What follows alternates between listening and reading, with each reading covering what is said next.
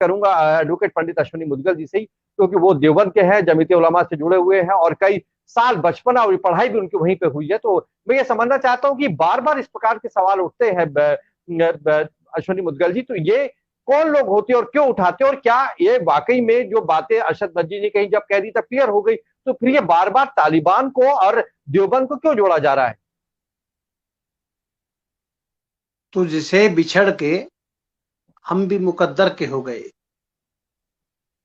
तुझसे बिछड़ के हम भी मुकद्दर के हो गए, फिर जो भी दर मिला उसी दर के हो हम गए। उसी पे हो।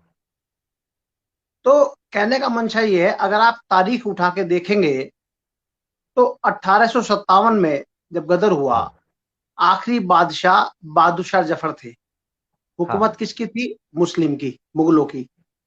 तो मुसलमान आखिरी वक्त तक ये समझता रहा कि अंग्रेजों ने हमसे हुकूमत छीनी है, क्योंकि बहादुर शाह जफर थे।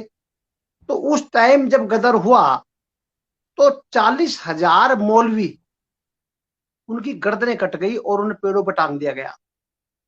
अब उनके बच्चे जो यतीम हो गए थे और मिस्कीन थे, तो एक दिन हजरत कासिम साहब नानोतवी और कुछ लोग और सीनियर लोग कहीं किसी मस्जिद के वहां गुजारे होंगे, तो उन्होंने देखा कि बच्चे भीख मांग रहे, तो वहां कोई अंग्रेज आए, उन्होंने कहा भी तुम अपना बच्चा हमें दे दो। कि क्यों? कि हम इसे पढ़ाएंगे लिखाएंगे, सब खर्चा उठाएंगे। इनके कान खड़े हुए। इन्होंने कहा इसका मतलब हमारे तो कत्ल किया, हमारे बच्चों को यतीम किया, और हमें अभी ये अंग्रेज बूट शूट बना देंगे। तो एक ख्याल आया कि क्यों ना हम भी ऐसा करें। फिर बाद में हजरत कासिम साहब नानोतवी, रशीद अहमद गंगोई रहमतुल्लाह अलैह, बहुत सारे लोग थे।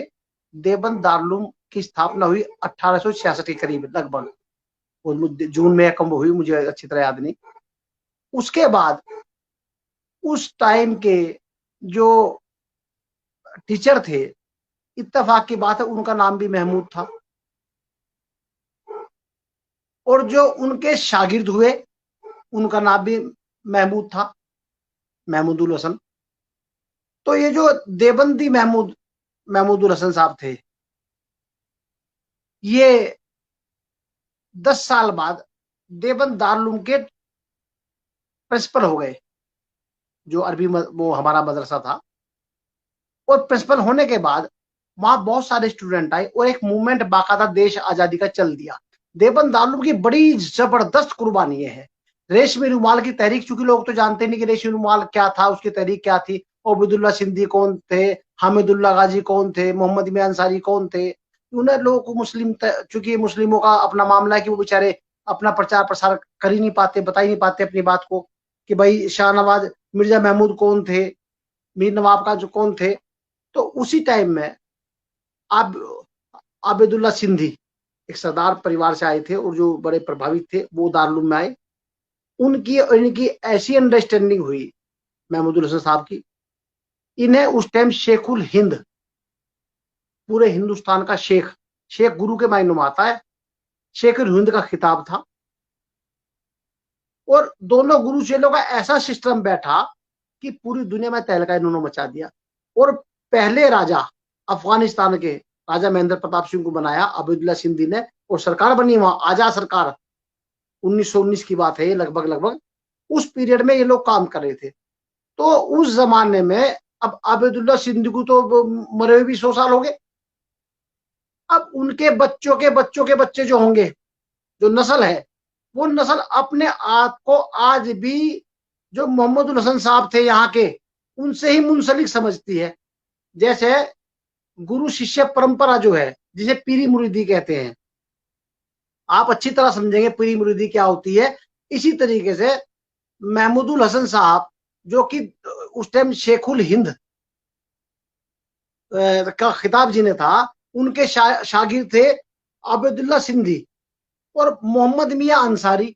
इन लोगों ने मिलकर अफगानिस्तान बनाया था, उसी के जन्मदाता वही लोग कहलाते हैं।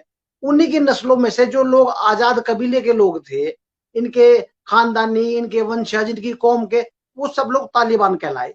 और तालिबान क्या है? असल में तालिबान स्टूडेंट को कहते हैं, तालिब इल्म जो है स्टूडेंट है, और तालिबान स्टूडेंट का बहुवचन है कि बहुत सारे स्टूडेंट, बहुत सारे तालिबान। तो उस जमाने के जो उस टाइम पे तालिबान रहे होंगे, जो देवबंद से पढ़े थे, आज भी वो अपना सिलसिला जैसे वो कौन सा देश है वो मतलब कुछ क्या है उसे आज भी भारत वाले कहते हैं कि 7 नस्ल पहले हमारे पूर्वज यहाँ से चले गए थे, इसलिए ये हमारे उसमें से है। तो जब 7-7 नस्ल पहला लोग बताते तो ये तो अभी तो 2 3 नस्ल हुए, ये क्यों नहीं बताने के? अगर आप देखेंगे तो आबिदुल्ला सिंधी को 1919 से 20 में तो वो गए हैं, कितना पुराना टाइम हुआ होगा भाई, 70-80 साल। तो जो उनकी हाँ नस्ल के लोग थे वो तो अपने आप को देवबंद से मुंसलिक समझते ही हैं। हाँ तो ये एक सिलसिला बेसिकली कोई वैसा रिश्ता तो नहीं है, लेकिन ये एक आत्मिक रिश्ता है। आत्मिक रिश्ते की ना कोई डेफिनेशन होती, ना कोई मर्यादा होती। अब जो गुरु शिष्य परंपरा है, उस गुरु शिष्य परंपरा में कोई धार्मिक अधिकार जो है वो तो एक आत्मिक रूप से है कि भाई फला गुरु ने फला को नाम दाम का अधिकार दे दिया, कहना वो उससे बैत है, बैत के माने उसका उत्तराधिकारी है। जो सिलसिला चलता है आप समझेंगे कि भाई ये कबीर पंथी है, ये राधा स्वामी है, ये निरंकारी है। तो इसी तरह गुरुओं का भी सिलसिला है कि भाई ये जो, अब उसके बाद मौलाना हुसैन अहमद मदनी आए, वो भी माल्टा जेल में गए, वो भी उसमें नेहरू जी के साथ काम करा उन्होंने। तो ये इनके मौलाना अरशद मदनी के जो बाप थे, मौलाना हुसैन अहमद मदनी साहब, ये पूरा सिलसिला एक देशभक्ति का, देशभक्त के। ये तो दुर्भाग्य था कि 47 होना था, 1947 हुआ और मुसलमान की सारी कुर्बानी जाय हो गई इस 1947 के चक्कर में। वरना जितना बड़ा योगदान मुसलमान का रहा है, वो जो आबिदुल्ला सिंधी जिसके वंशज हैं, जो अपने आप को तालिबान बताते, वो क्या वो कट्टर देश प्रेमी तो था? पूरी जिंदगी तो अंग्रेजों से लड़ते रहे, वो जेल गए, सजाएं भुगती, सजाएं काटी, काले पानी गए, माल्टा जेल में गए, कहाँ कहाँ गए, कैसे, और लड़ते लड़ते ही मर गए जिंदगी भर। उनके खानदानी वंशज है, उनके परिवार के लोग हैं। तो उस हिसाब से जो है अगर आप देखेंगे एक अंदाज जो है, जो जुनून और जो देशभक्ति का जज्बा है, देखिए ये दुनिया का दस्तूर है। जब हिंदुस्तान गुलाम था तो उस टाइम जितने लोग हमारे यहाँ मारे गए जो आज देशभक्त हैं, वो उस टाइम क्रांति मतलब आतंकवादी कहलाते थे कि भाई चंद्रशेखर आजाद जो है आतंकवादी है, भगत सिंह आतंकवादी है। इसीलिए तो महात्मा गांधी ने कह भी दिया था कि आतंकवादी मैं इनकी पैरवी नहीं करूंगा।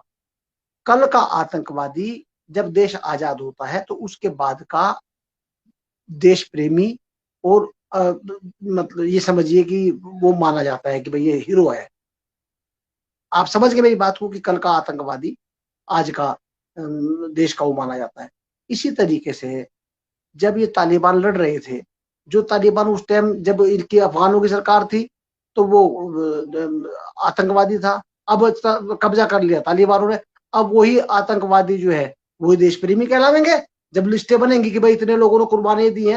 ये तो दस्तूर रहा है भाई। पंजाब में खालिस्तान में जिस टाइम इतने हजारों पंजाब सरदार मरे, अगर खुदा ना खास्ता ईश्वर ना करे कभी पंजाब बन जाता अलग स्टेट अलग सूबा, तो वही तो देश प्रेमी होते जो जो मरे हैं। जज्बा तो उनका देश के लिए ही था ना। तो जिसे हम आतंकवाद आज कह रहे हैं वो तो वक्त और हालात की नजाकत है। उस नजाकत को देखते हुए ये समझना चाहिए कि तालिबान जो है वो कट्टर क्यों है। वो कट्टर वो कोई वो तो अपने अब देखिएगा पहले तालिबान की तो हुकूमत थी। अमेरिका ने जिसे कब्जा किया था उस टाइम तालिबान जो था शुरू में, अब दोबारा फिर वो अपने आप आ गया। वो तो ताल की बात है, बीच में अफगानी आ गए थे फिर तालिबान आ गए। लेकिन तालिबान का भारत के साथ तो हमेशा मधुर रिश्ता रहा है, भारत को तो हमेशा सपोर्ट करता रहा तालिबान। और दूसरी बात यह है कि तालिबान अब लोग कह रहे हैं इनने तो औरतें कब्जा कर ली फला कर ली। अरे भाई तेरे देश की करी हो तो बता, उनका अपना मामला है क्या नहीं है वो क्या जाने, हमें क्या पता। हमारे देश का तो मामला ठीक है। अब क्या कि वहां बसी जाना या जगपड़ी जाना है, पर जो आदमी हमारे लिए सही है वो दुनिया के लिए कैसा, हमें क्या मतलब है, हमें तो अपने आप से मतलब है। हमारे मामले में जितना भी तालिबान के बड़े पूर्वज थे वो सपोर्टर रहे थे, और आज भी उनका कोई ऐसा इतिहास हमें मिलता नहीं है कि जो डायरेक्ट भारत को कोई बात कही हो। अभी भी जो 150 के करीब लोग आए थे भारत से, वहां से आए अफगानिस्तान से, तो उन्हें छोड़ने के लिए तालिबान बाहिफाजत छोड़ के गए। अब उन्हें भी लोगों ने कह दिया कि ये तो डर की वजह से छोड़ के जा रहे। अरे भाई तुम ना सीधी लिए पढ़ो ना उल्टी लिए पढ़ो, अगर छोड़ कर ना जाते तो आप कहते देखा तालिबान छोड़ के भी नहीं गए, ये तो इतने हरामी है। और अब अगर उन्होंने छोड़ के गए, कहना तो डर की वजह से छोड़ के गए, हम ताकतवर है ना, मोदी उन्हें मार देगा अगर नहीं छोड़, वो अपनी तारीफ ही करनी अपने मुंह से। अब इसका तो दुनिया में कोई इलाज है ही नहीं। ठीक है, तो कुल बहुत मिला अच्छे के से। हाँ हाँ नॉन सेंस का कोई वो मामला नहीं है। मैं इसलिए ये बात जी बताना चाह रहा हूं, आप आज मुझे हाँ थोड़ा सा टाइम में इसलिए ज्यादा आपसे लिया है कि लोग बाग हाँ इस गलत छवि को सही समझे। मैं अहले जी ब्राह्मण हूँ, ब्राह्मण ज्यादा हूँ, हाँ पंडित हूँ, हाँ और ब्राह्मण समाज का राष्ट्रीय अध्यक्ष भी हूँ। जीवन, हाँ मेरे बिल्कुल। वालिद देवबंद में इंस्पेक्टर थे पुलिस में, तो मेरा हाँ बचपन से ही आना जाना देवबंद दारुल में रहा है। इसलिए हाँ मुफ्ती महमूद हसन साहब गंगोई रहमतुल्लाह अलैह, उनकी गोद में मेरा बचपना गुजरा।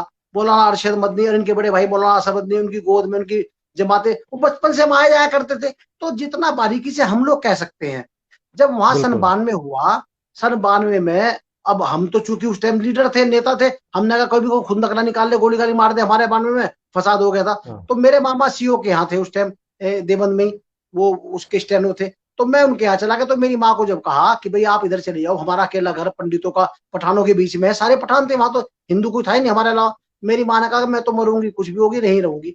तो हमसे ज्यादा खैर उन्हीं ठीक है। लोगों ने रखा वहां।